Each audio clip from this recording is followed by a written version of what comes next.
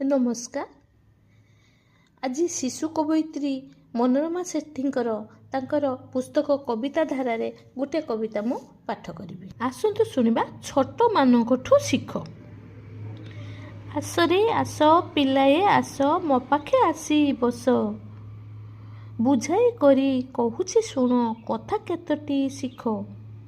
महू माछीटी फुलरे बसी मधु नेउछि शशी महू फेणारे नेई नसीए रखई सबू संची जगत हित पाई संचित करई सीए दान छोट कीटटी होइले भी तो अटई से महान छोट छोट ये टिकी पिंपुड़ी अलस हुए नाही खाद्य संग्रह करी से चले बरसा दिन पाई